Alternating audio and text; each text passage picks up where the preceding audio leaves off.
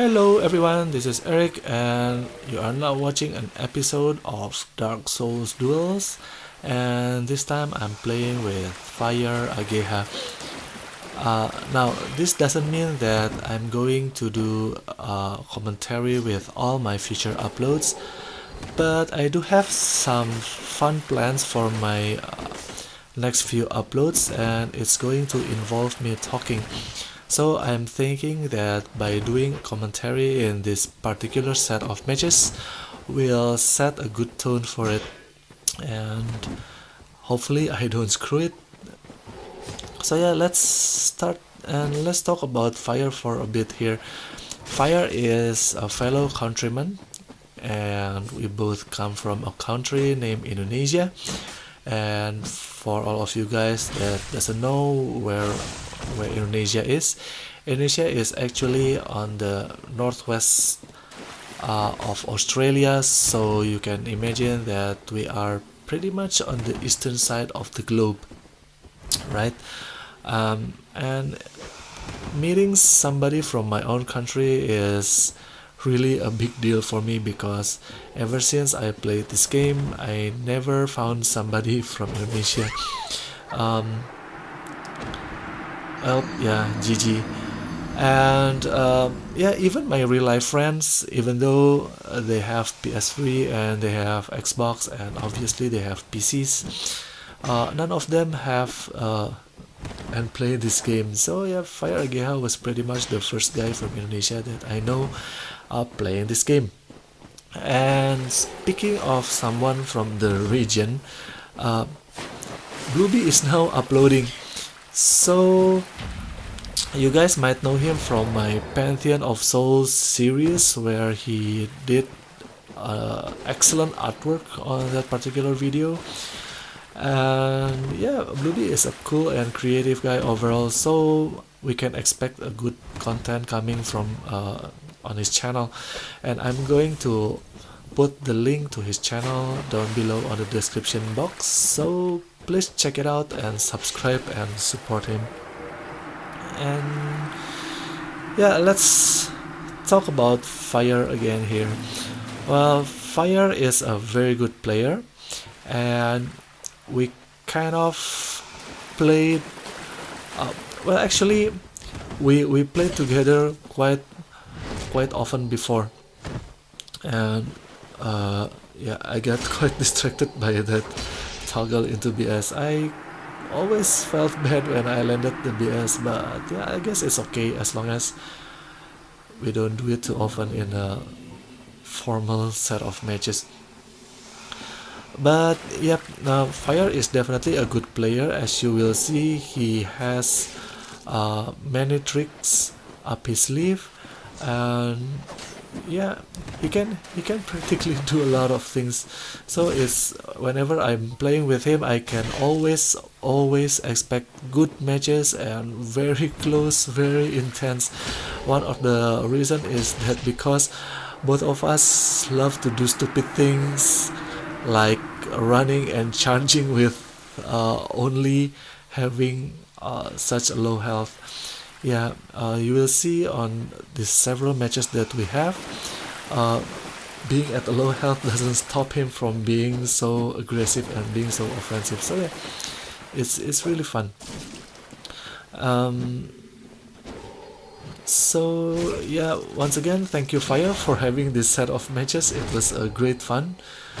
And yeah, I'm sure we will have a lot of matches again in the future. Well, actually I kind of felt bad about the backstab, that's why the jogging, and then boom, nice parry and nice OP and leg gear riposte. So yeah, GG. So now let's talk about the builds. As you guys may already know, we both are rocking our variation of quality build. I think he said to me that he has like 30-40 build, 30 strength and 40 dexterity, which I find it quite strange, you know, because I see that he doesn't have a lot of HP, And also I see that he doesn't have a lot of endurance as well, possibly. Mainly because I see that he doesn't have a lot of poise, and he always equip so I think it's, yeah, he always equip a lighter set of armor, so I don't really know much about his stats distribution. But as for me, I'm using my 40-40 builds, 40 strength, 40 dexterity, and along with 50 vitality and 45 endurance. The great thing about having 50 vitality and 45 endurance is that I don't have to use the fab ring, you know. I already have like 1500 HP, and that's enough. So yeah, once again, I don't have to use the fab ring, and by not having to use the fab ring, I have 2 free ring slots, and I can have anything I want, including fab ring. So yeah, this is it's the build is all about versatility, you know, because apart from having 2 ring slots, I also can wield just about every weapon available in the game. The only thing I would suggest to change if you guys want to make this build is possibly you might want to consider to have lower vitality, maybe 45 vitality, and distribute the soul level into endurance so that you can have like 50 endurance or so, and you can equip the fab ring and the heavy ring, and by doing so you don't have to worry so much about equip burden. I think you will have plenty of that, and you can focus on the weapon and you can focus on the gameplay instead. Because for me, by having such a limited endurance, as you will see on my next few matches, whenever I want to wield heavier weapons like the large clubs or the Murakumo or the Zweihander or so, I have to change the armor setup that I wear, right? Possibly I have to change the legging and also the gauntlets as well. So yeah, it's kind of impractical. So I would say that this build is certainly um, well, if you guys notice, I just had a flawless victory before that match, and he came back right at me on this following match. And speak of the devil, you will see that in order for me to wield the Murakumo, and even with the S-Stock, I have to let go of my Go legging. So yeah, once again, this build is certainly versatile, but I find it impractical. So if you guys want to use, like if you guys know what weapon that you will use, possibly you will want to create a specialized build, such as the 28 40 or possibly the 50 18 or so, mainly because with those specialized builds you can have around 60 endurance, and that way you can be more versatile on the not necessarily versatile, but yeah, you can use heavier weapons and keep your armor set.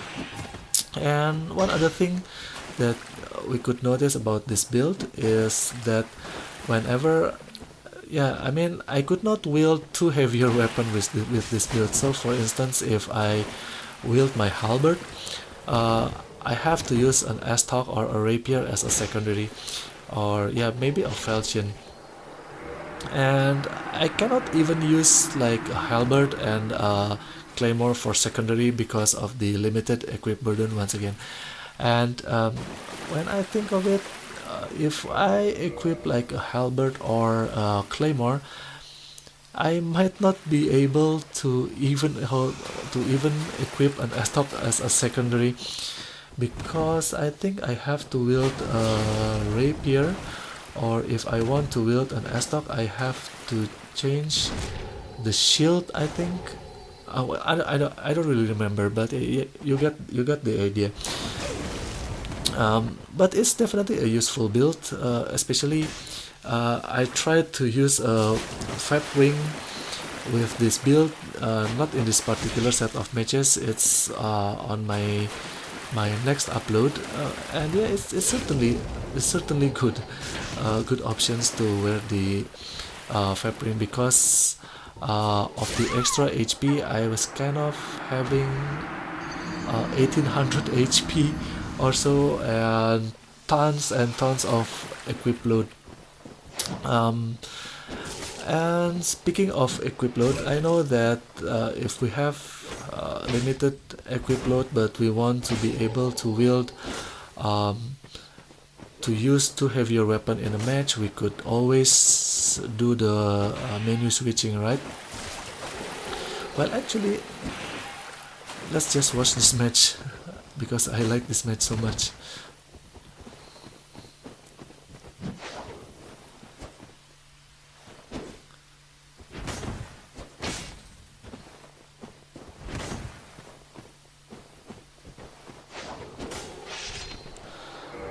GG. And yep, I got quite disoriented after that match because all the unlocking, but yeah, it was really fun. And where was I? Oh, damn. I cannot remember what I'm. Oh yeah, about the menu switching.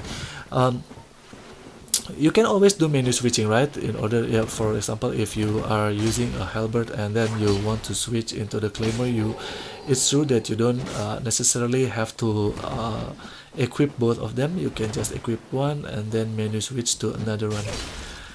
And yeah, that was a really good reverse roll followed by dead angle. That's really nice.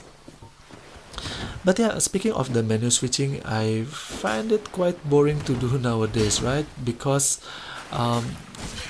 yeah, for instance, if I menu switch, I tend to menu switch a lot, right? So for instance, if in one match I menu switch and ooh, that parry, man, that parry could not come at a better timing. Yep, so if in one match I menu switch and I use 3 or 4 weapons, that means that in 4 matches I could easily use like 15 weapons altogether, 12 to 15 weapons already. So yeah, I can deplete my options, my weapons options real fast. Yeah, so that's why I don't menu switch a lot anymore nowadays. And if you guys noticed, oh, that sucks. I hate it when that happens. One other things that you guys might notice is that after my matches with the Visionary and Hero of Canton, especially when I was doing my set of matches with good old Ostrava and now FireAgeha, and also my next few uploads, I kind of slow down on the weapon selection part. I'm trying to use a weapon for at least 2 matches.